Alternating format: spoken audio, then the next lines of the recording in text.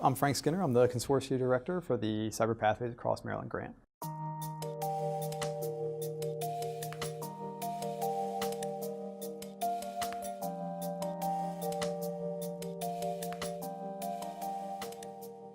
Currently, I'm the Consortium Director for the Cyber Pathways Across Maryland grant, which is a consortium of 14 community colleges across the state focused on developing consistent pathways for cybersecurity and IT careers. Prior to that, I worked at Northern Virginia Community College, where I worked on a similar project. It's called a Department of Labor Trade Adjustment Community College Career Training Grant.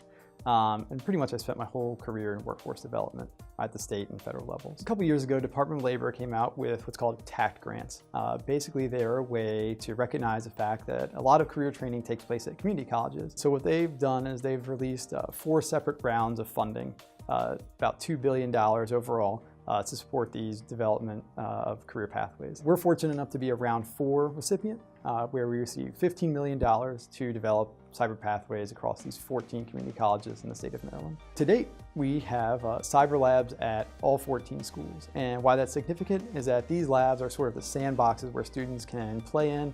They can build their own networks, test their own networks, and they're completely isolated from the school's networks. So the students can really get that hands-on experience that they need to sort of get into the industry with those hands-on skills. Right now, we have about 2,200 students across the schools participating in the grant, and we're looking to get about 3,000 in by the grant's end. In the state of Maryland, we are the epicenter for cyber, right? If you want to develop apps, you go to Silicon Valley. If you want to work in finance, you go to Wall Street. If you want to work in cybersecurity, you come to Maryland. We have a very large federal presence. Obviously, we have the NSA, we have US Cyber Command, and we also have the federal organizations that are down in DC. Right now, we have about 20,000 job postings in cyber per month in the state of Maryland.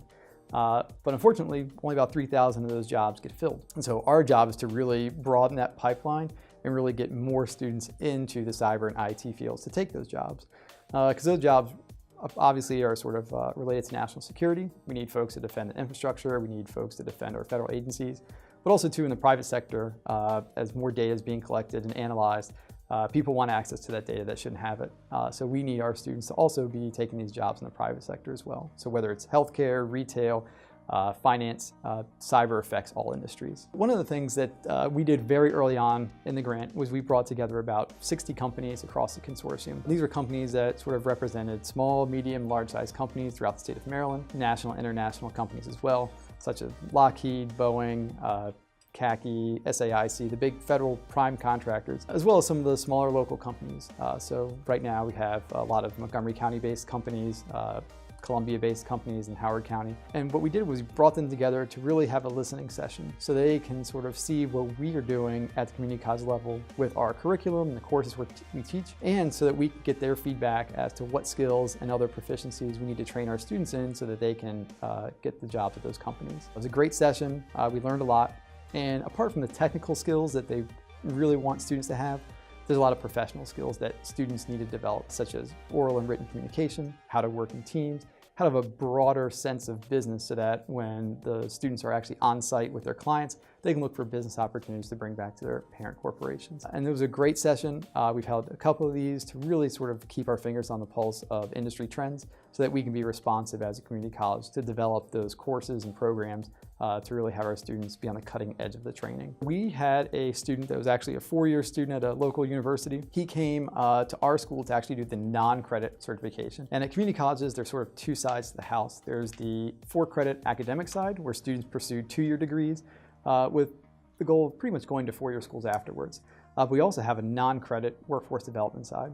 So this gentleman was actually a student at a 4-year school, and he came to our non-credit side to really get the technical skills that his 4-year school was not providing.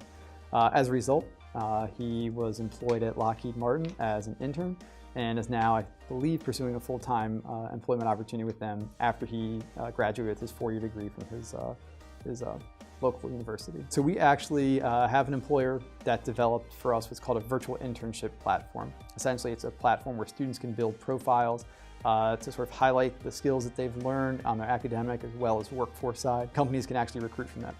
That vendor was actually so impressed with what we were teaching our students that they hired 2 of our students out of our program. It was really a way to sort of highlight that community college business partnership, that they could really come in and see that our students were developing those proficiencies that really lent themselves to real-world applications.